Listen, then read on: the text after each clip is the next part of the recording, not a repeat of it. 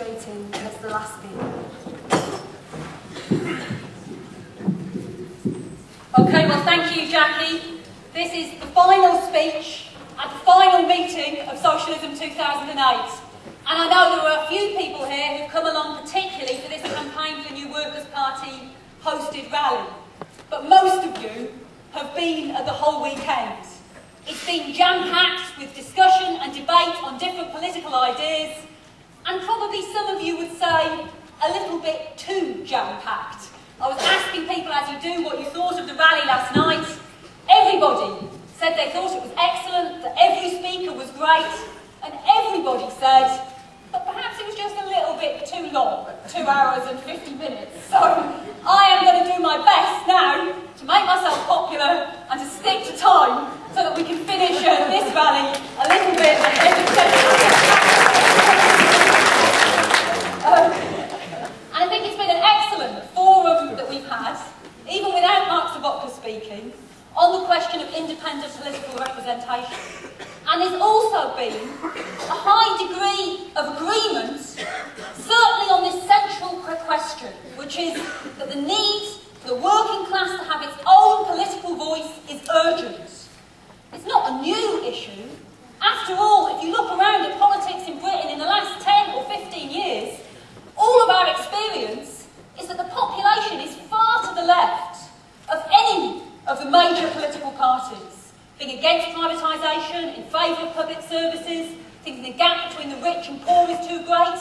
They all agree with us on those issues, not with Tories, New Labour or the Liberals. But at the same time, it's also been our experience, and Mark referred to this, that there's a mood, well, can you really change anything? Particularly given the role of the right-wing trade union leaders.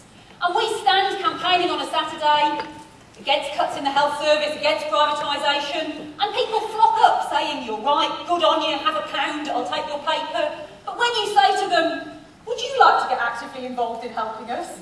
The response of not all, but the majority is, good on you, I wish you luck, but we're not really sure it's going to work, and therefore, perhaps we won't get active at this point in time.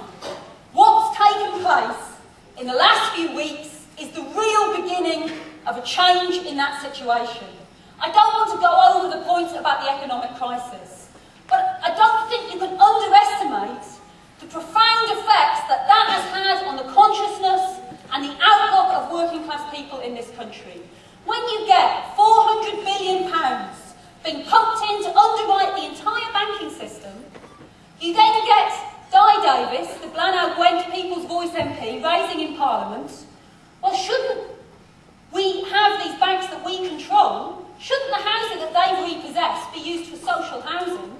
And the government replies by saying, these banks are run at arm's length by the government on commercial principles. In other words, our money, taxpayers' money, on an absolutely vast scale, underwriting a banking system, and they can continue to do whatever they like. Meanwhile, for us, we have to pay the moral hazard.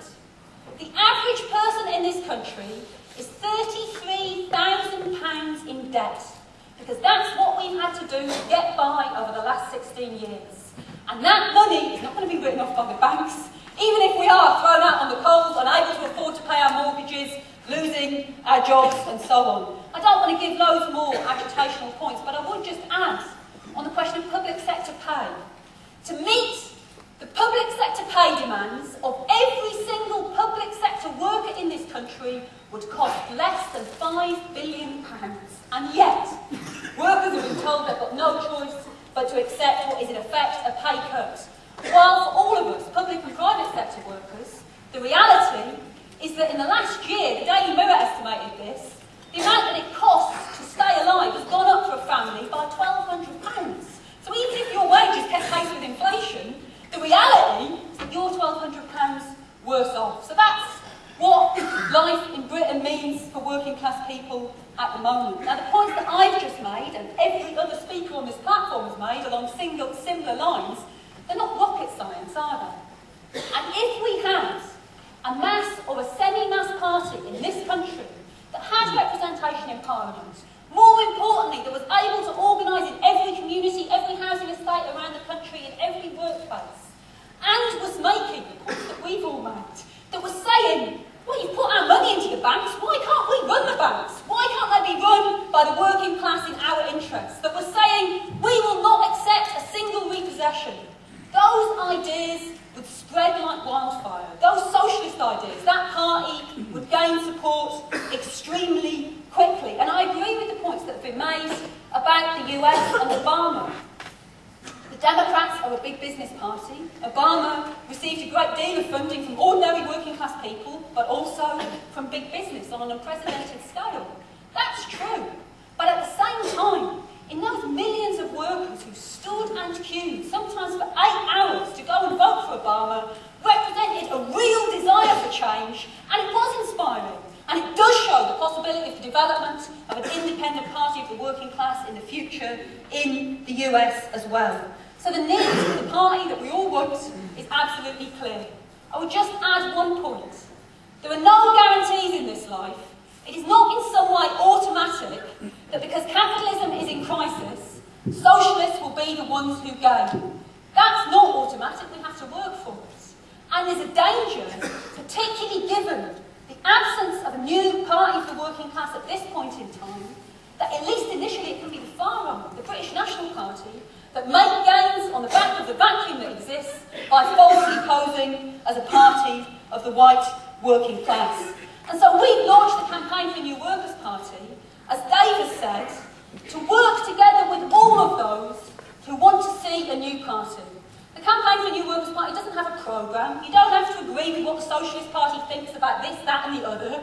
All you have to agree about is that the working class needs its own party and we should set about trying to create it. And that's the idea, to unite together in order to bring such a party into existence. Now, having said that, I wouldn't say that the differences between us don't matter. As I had a debate with the Socialist Workers' Party for 2 hours earlier this morning, I can hardly say that I think the differences don't matter.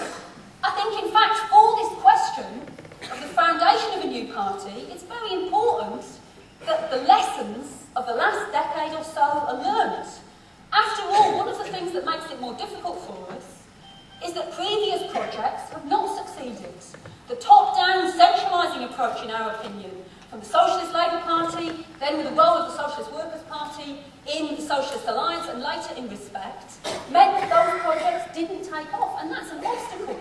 So we need to make sure that next time we do it right, that we do learn the lessons. If a new party is going to attract those young people who are cautious about socialism, who are not sure that socialism isn't something bureaucratic and nasty, then we have to make sure it's vital, the kind of people that Mark was talking about, that